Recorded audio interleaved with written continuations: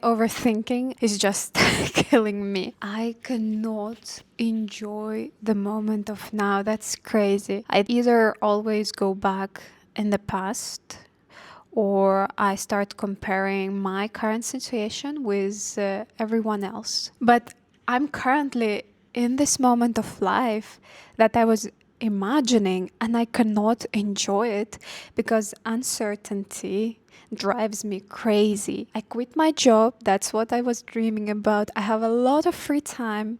I create things, but I'm so afraid that nothing will work out. I want to control the results. I want to control the outcome because I don't know if it works out or not. And then I always remember the period of my life when I was traveling a lot and I tell to myself, oh, that was life. That's when you were truly alive.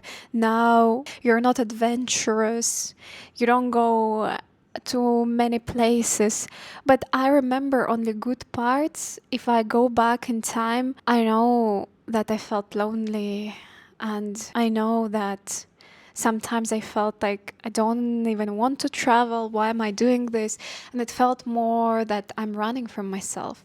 And then when I had my job, I was always saying that I'm not happy because of my job. And I was always dreaming about having a relationship. Now I have a relationship and I am sometimes blaming relationship that, oh, I'm not so adventurous anymore. And then there is this Instagram where I go and start comparing my life to everybody I see there. I compare my in between my inner state to someone's picture, someone's wins.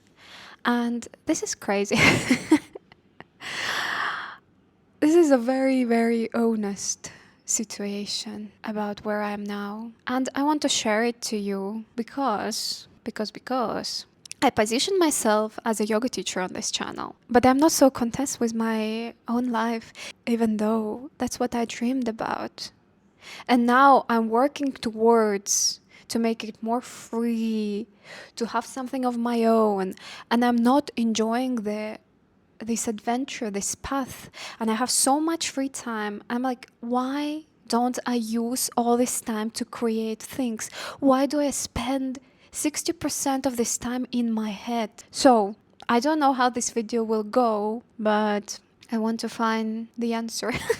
Not maybe the answer, but just enjoy the little moments of life, of everyday life, without trying to change it, without comparing myself to anybody else, without comparing my today with my past, with my potential future, just being here and being happy about what I have and enjoy what I'm doing currently. Let's try. I don't know. I will figure out what I can do. Yeah.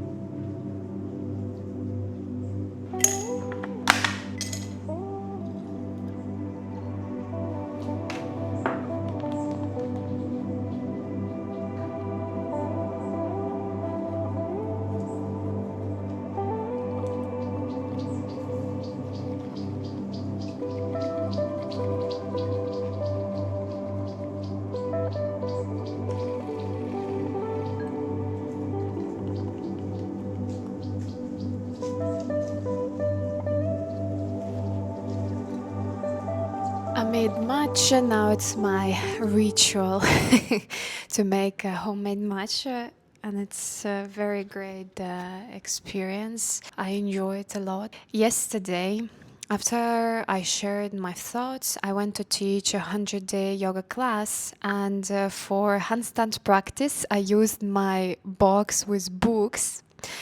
And after, I decided to open it and ask for a sign. What is a book that I should read now? And then this book came out, It's in Russian. It's called Money, Success and You, John Keho. I found it at my grandparents' house. It was laying in the common area. So I just picked it up, thinking that one day I'll need to read it. So the name of the book might sound strange, but in this book, he is actually describing how our subconscious impacts everything we have in our life. And it doesn't matter what's happening outside. What matters is how you perceive it. You can have I don't know, the perfect job, a perfect life, but if you think that this is not enough, you will never feel that it's enough and you are content. The contentment and happiness are coming from within. And it's great that I found it because in this book, he also gives techniques that help you to work with your limiting beliefs and kind of lets you be more free from your own mind. And I just wanted to share the technique that I really liked. So the first thing that you need to do is to write down 10 beliefs that you have about something. Then after you wrote them down, you read them and pay attention to how your body feels, how your body reacts to these beliefs. Maybe you start feeling afraid, or you feel more happy, you feel more light. And then where you felt negative emotions, you just put a cross around this belief. After that, you examine that belief and ask yourself, is it true? Is it like this for everyone? Are there examples of people who don't believe in this? For example, you believe that to be loved, you need to prove yourself, you need to work hard, you need to be the best. So this is quite a limiting belief. And then you ask yourself, is this true? No, it's not. There are people who are loved just because they are. And they believe in it, and the whole life shows them this in return. And then he suggests on how to change these beliefs.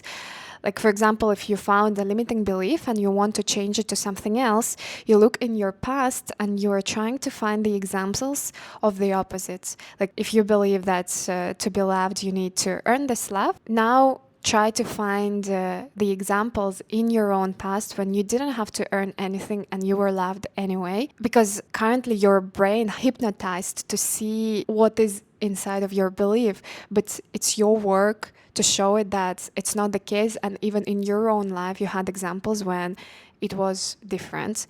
Then you choose the affirmation that you want to seed into your brain, and you just keep on repeating it on a daily basis. But there he says you need to feel it, and then you should start acting on your new belief, even small actions, like if you want to believe that you don't need to earn love, that you can be loved because of who you are, just let the world show you this.